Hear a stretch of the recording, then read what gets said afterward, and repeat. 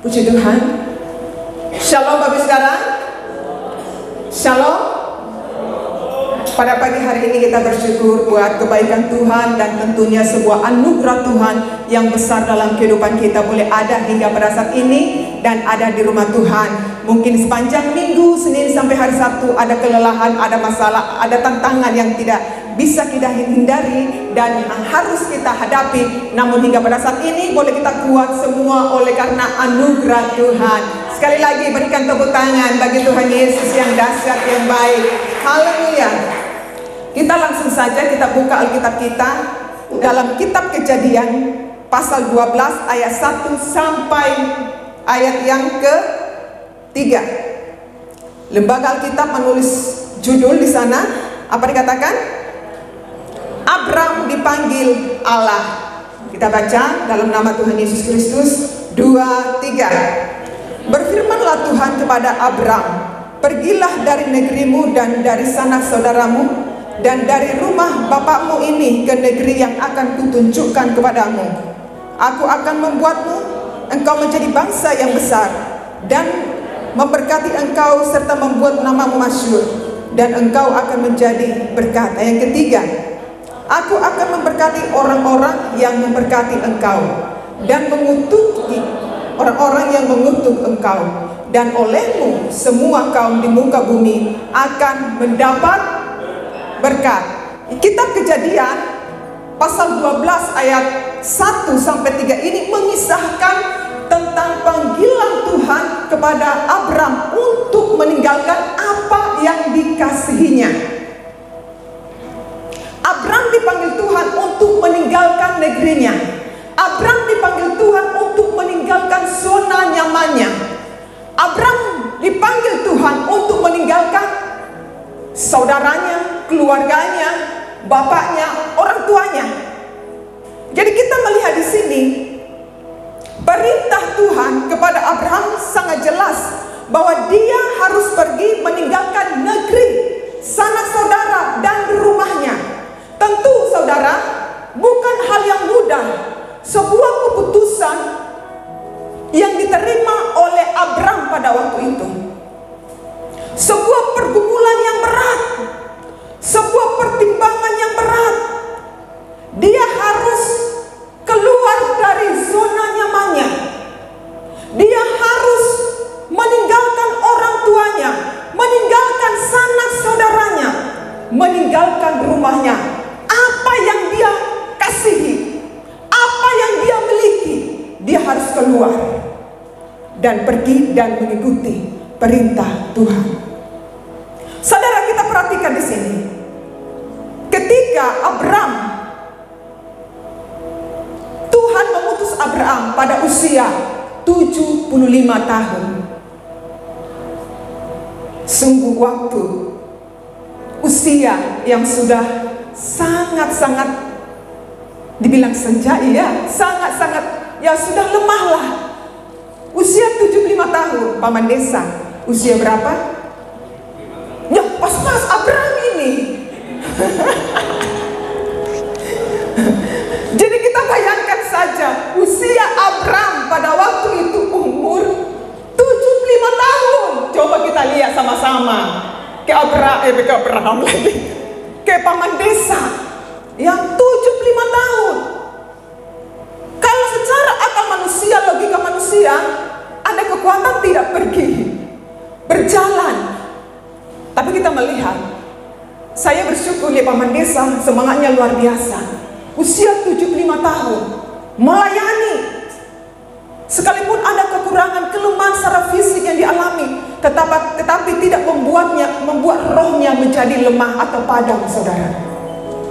Jadi kita perhatikan perintah Allah kepada Abraham, pergi, dikatakan di sana, tinggalkan sanak saudaramu, tinggalkan zona nyamanmu, tinggalkan apa yang kau kasihi.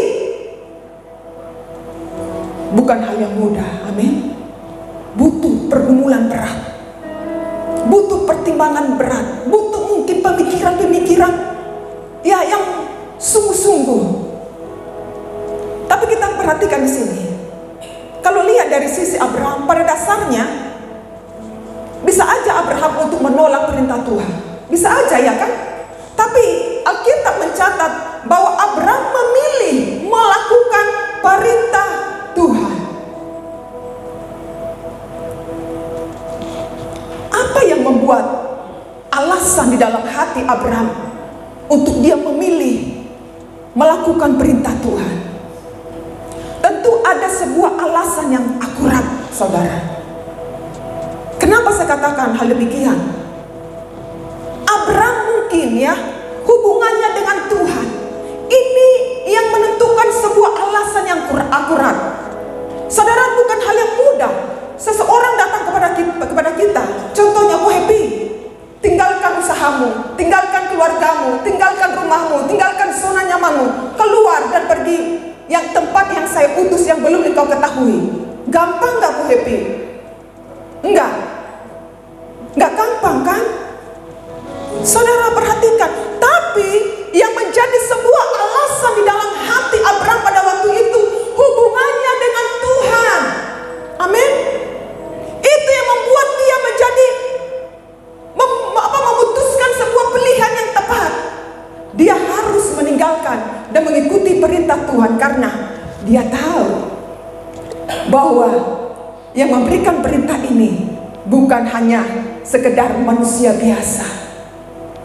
Dia tahu hubungannya dengan Tuhan, dan Tuhan yang memberikan perintah itu, dia sungguh mengenal pribadi Abraham dan tahu masa depan apa yang sudah dirancangkan oleh Tuhan.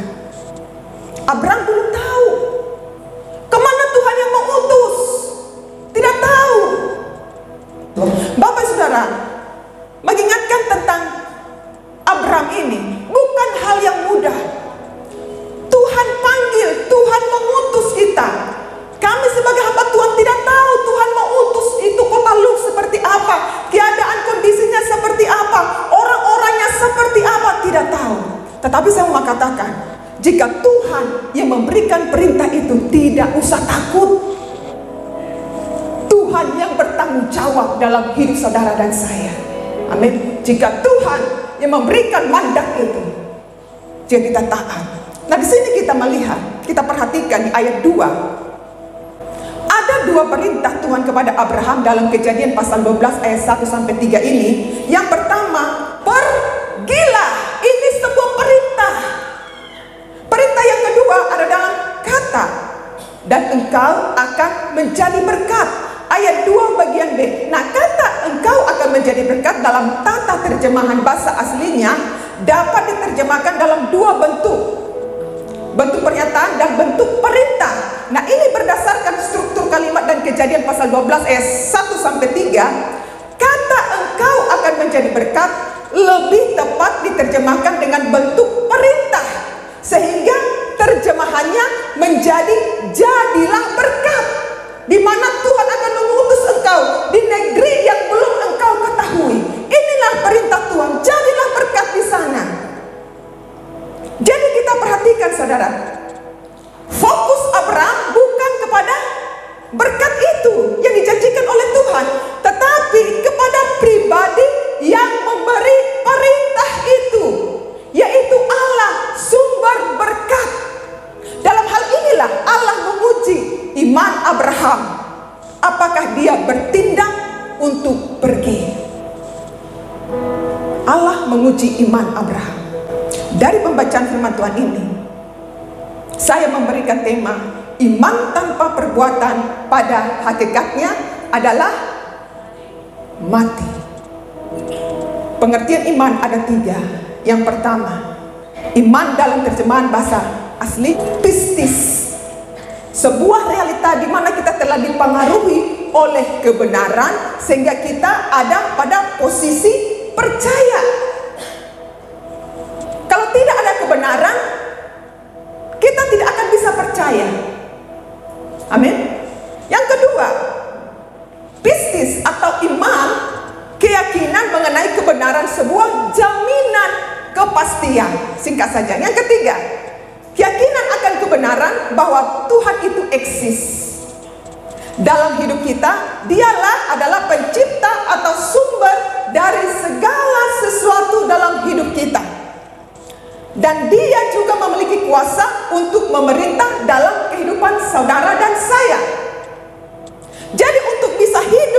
teman-teman, saudara dan saya butuh firman Tuhan yang adalah kebenaran itu. Firman itulah yang berkekuatan untuk mempengaruhi kita. Ada pada posisi percaya.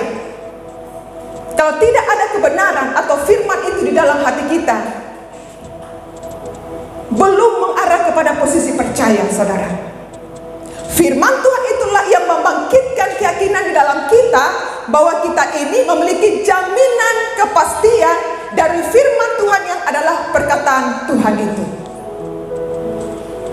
Jika kita perhatikan dalam Ibrani pasal 1 ayat 1, di sana dikatakan ya, yang sudah kita hafal mungkin, iman itu adalah dasar dari segala sesuatu. Jadi iman itu adalah dasar untuk kita berharap dan bukti untuk sesuatu yang tidak terlihat. Jadi arti dasar dalam terjemahan bahasa aslinya, bahasa Yunaninya di sana dikatakan hypositasis, essence atau substansi. Jadi ini sebagai apa? Pokok atau intisari untuk orang bisa berharap. Nah, tidak ada harapan muncul, tidak ada harapan naik kalau tidak ada dasar tadi, yaitu kebenaran firman Tuhan. Di dalam hidup seseorang, kalau tidak ada dasar atau pondasi kebenaran firman itu, tidak akan mudah bisa percaya. Makanya mengapa sangat penting bagi saudara dan saya untuk bergaul karib dengan Tuhan. Bahkan kita harus sering membaca firman supaya ketika kita melakukan atau bertindak kebiasaan-kebiasaan ini, maka itu kebenaran yang menjadi pondasi sehingga kita bisa percaya dan berharap. Sebab firman Tuhanlah yang akan mempengaruhi kita sehingga saudara dan saya punya keyakinan untuk bisa berharap kepada Tuhan sebagai sebuah jaminan kepastian. Jadi iman dan perbuatan ada kebersamaan bagi saudara. Iman dan perbuatan harus balance. Kalau cuma memiliki iman tanpa tindakan, tanpa perbuatan adalah kosong. Di dalam Yakobus tadi dikatakan di sana, iman tanpa perbuatan baik adalah iman yang kosong, ya, atau iman yang mati. Jadi ibarat tubuh kita ini tanpa roh mati. Jadi kalau ada dasar itu tadi, essence itu, intisari kebenaran itu, maka kita menjadi hidup, yaitu roh firman. Amin. Karena firman itu adalah Allah sendiri dalam hidup kita. Itulah yang menghidupkan kita. Nafas. Jadi di sini kita melihat saudara, sekarang yang menjadi persoalannya, bagaimana dengan iman kita? Bagaimana kita harus melakukan iman kita seperti Abraham? Bapak Ibu, mari kita melihat langkah-langkah atau tindakan apa yang harus dilakukan untuk menghasilkan seperti iman Abraham. Yang pertama, mendengarkan perintah Tuhan. Tadi pembacaan firman Tuhan di sana tercatat bahwa Allah berfirman kepada Abraham. Jadi dimulai dengan hal mendengar. Mendengar bukan hanya sebatas mendengar Bapak Saudara, tapi ketika kita mendengar, dapat memahami, dapat mengerti apa yang dimaksud oleh firman Tuhan itu. Roma 10 ayat 17 di sana dikatakan, jadi iman timbul dari pendengaran, dan pendengaran oleh firman Kristus. Pesan firman Tuhan ini menjadi penting dan ada kaitannya dengan firman Tuhan, karena melakukan firman Tuhan dimulai dari kemauan untuk mendengarkan. Yang kedua, taat dan bertindak. Kunci ketaatan adalah bertindak. Kalau cuma memiliki sebuah ketaatan dalam hati kita tanpa bertindak, tidak akan bisa. Jika Tuhan memberikan perintah kepada saudara dan saya, maka Ia tahu apa yang melakukannya kepada hidup saudara dan saya. Mari kita sama-sama bergerak bersama Tuhan, amin. Seperti Abraham, Tuhan memberikan perintah kepada Abraham, karena Tuhan tahu apa yang dia buat dan dia berikan kepada Abraham, apa yang terbaik dalam hidupnya. Dan kita melihat Abraham bergerak bersama Tuhan, dan lewat kehidupan Abraham banyak jiwa-jiwa diselamatkan, banyak jiwa-jiwa dimenangkan untuk hormat kemuliaan nama Tuhan. Nah, ketaatan baru disebut sebagai taatan sampai hal itu jika diwujudkan dalam sebuah tindakan yang nyata, bukan hanya melalui perkataan atau pikiran saja, saudara. Ya, Yakobus menegaskan jika iman itu tidak disertai dengan perbuatan, maka iman itu pada hakikatnya mati. Yakobus 2 pasal 2 ayat 17 tadi. Jadi Abraham kembali menjadikan contoh tentang figur orang benar, tentang figur yang patut diteladani. Kita tahu Abraham adalah seorang bapak yang beriman, bapak yang taat, hidup dalam ketaatan. Abraham tidak hanya taat dan percaya secara pikiran dan kemauannya sendiri, tetapi juga dia mempraktekannya dalam hidupnya. Karena ketaatannya, kehidupan Abraham menjadi berkat bagi bangsa-bangsa. Karena ketaatan lewat pribadi Abraham, dia menjadi saluran berkat bagi bangsa-bangsa. Kita harus ingat, saudara, bahwa ketaatan itu harus jelas, mulai dari mendengar terlebih dahulu sehingga kita mengerti apa yang Tuhan kehendaki, lalu kita bertindak dengan iman seperti Abraham. Ketaatan yang diwujudkan dalam tindakan nyata akan memiliki kekuatan dan dampak yang kuat untuk membawa jiwa-jiwa bagi Tuhan. Yang ketiga, ini sebagai hasilnya, saudara. Yang ketiga, hasilnya menerima berkat dan hidup menjadi berkat. Inilah kehidupan Abraham. Saudara, kita melihat inilah hasil dari tindakan iman itu. Bahwa iman itu bisa dilihat dari sebuah tindakan. Seseorang yang beriman bisa dilihat dari perbuatannya dan dari buahnya. Matius pasal 7 ayat 20 sana dikatakan, jadi dari buahnya lah kamu mengenal mereka. Orang yang kelihatan beriman tapi jarang baca firman Tuhan, jarang beribadah, sama saja bohong, kosong. Nah, orang yang kelihatan diberkati secara materi dengan berlimpah-limpah bukan menjadi sebuah tolak ukur bahwa orang itu beriman. Seorang mungkin bisa bangga memiliki iman. Wah, saya percaya pada Tuhan, aktif dalam berbagai kegiatan rohani setiap hari. Namun perilakunya tidak mencerminkan dia pribadi yang seorang beriman, adalah kosong. Jadi, kedewasaan iman seseorang itu bisa dilihat dari perbuatannya, bisa dilihat dari buahnya. Jika hidupnya berdampak bagi orang lain, itulah orang yang beriman. Dia setia beribadah, tapi hidupnya berdampak bagi orang lain, itulah orang yang beriman. Hidupnya menjadi saluran berkat bagi orang lain. Berkat tidak hanya berbicara materi, Bapak Saudara, tetapi berkat rohani. Inilah berkat yang diterima oleh Abraham. Bukan hanya sekedar materi yang berlimpah. Berkat bangsa-bangsa Tuhan limpahkan bagi Abraham, tetapi berkat rohani Abraham terima daripada Allah. Inilah berkat rohani, berkat materi lewat pribadi Abraham. Tuhan pakai dia menjadi pribadi yang berdampak bagi bangsa-bangsa. Hal inilah yang Tuhan rindukan bagi hidup saudara dan saya, menjadi saluran berkat bagi jiwa-jiwa yang membutuhkan itu. Amin. Siap menjadi penuai jiwa-jiwa? Haleluya, berikan tepuk tangan bagi Tuhan kita Yesus.